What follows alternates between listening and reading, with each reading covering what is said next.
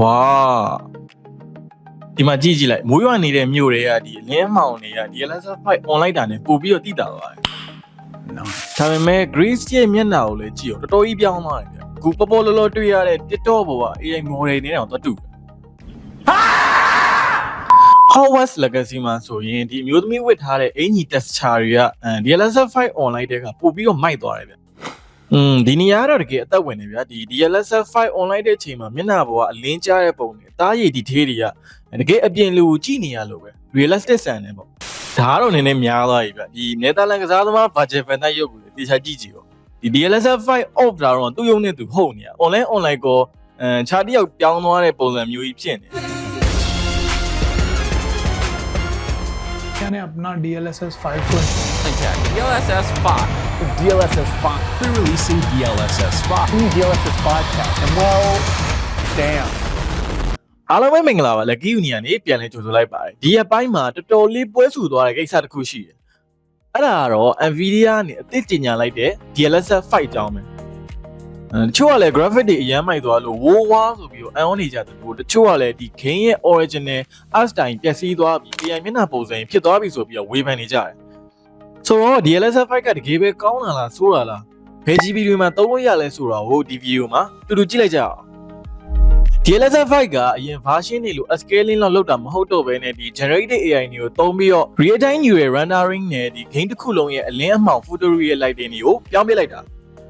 ပြဿနာအဲ့မှာစပဲရုပ်ထွက်ကအရန်ကို reality ဆန်သွားတဲ့အတွက်သဘောကျတဲ့လူတွေရှိသလိုတချို့ game တွေဥပမာ Capcom ရဲ့ Resident Evil Requiem လို့ game မျိုးမှာဆိုရင် app team ကတေချာဖန်တီးထားတဲ့ဒီ character တွေရဲ့ရုပ်ထွက်ပဝန်းကျင်ငွေသက် vibe ကြီးက AI filter ခံလိုက်တယ်လို့မျိုးဖြစ်သွားတယ်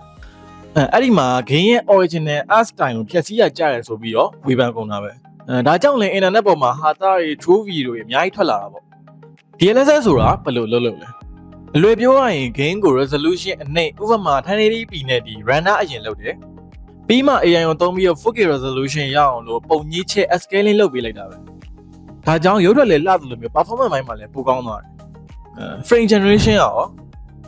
သူကပုံမှန် A နဲ့ B ဆိုတဲ့ frame နှစ်ခုကြားထဲမှာ AI ကနေအသစ်ဖန်တီးပေးထားတဲ့အတု fake frame စီကိုဂျာညက်ထည့်ပေးလိုက်တဲ့သဘောပါဒါကြောင့် game ဆော့တဲ့အခါမှာပိုပြီးတော့ smooth ဖြစ်သွားတယ် FPS ကလည်းပိုထွက်လာတယ် FSR ဆိုတာရောသူကတော့ AMD ရဲ့နည်းပညာပါဒီ DLSS လို့တီးသက် AI hardware tensor core တွေမလိုဘဲနဲ့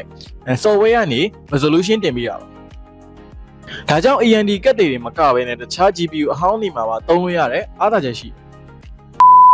ဆိုတော့ DLSS 5ကိုပဲ GPU တွေမှာသုံးလို့ရအောင်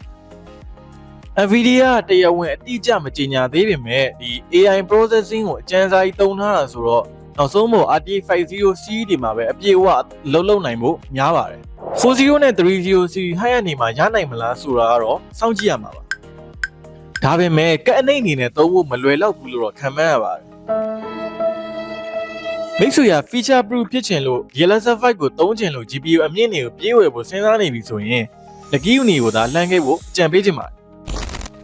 DLSS 5ကို personally ကျွန်တော်ကိုယ်ပိုင်မြင်ရပြောရမယ်ဆိုရင်ဒါတကယ်ကို game changer feature တစ်ခုပဲမိတ်ဆွေတို့စဉ်းစားကြည့်အနာဂတ်မှာ game တွေကိုအပြင်လက်တွေ့ဘဝလိုမျိုး movie တွေကလိုမျိုး cinematic ရုပ်ထွက်နဲ့စော့ရတော့မှာပါ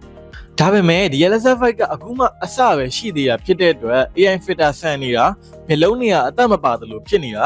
ဒီ game တွေက character တွေရဲ့ facial expression တွေပြောင်းသွားတာမျိုးတွေအဲ့လိုအားနည်းချက်တွေရှိနေသေးတယ်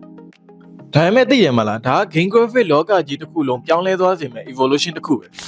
ဂိမ်းမာတွေရဲ့230နီးပါးလောက် 3D graphic တွေနဲ့အသားကျလာတဲ့အခါမှာဒီလို photorealistic AI graphic မျိုးကိုချက်ချင်းလက်ခံဖို့အသင့်မဖြစ်ကြတော့သေးဘူးထင်တယ်။ Okay ဗီဒီယိုလည်းရှည်သွားပြီဆိုတော့နောက်ဗီဒီယိုတွေမှာထပ်ဆောင်ကြမယ်နော်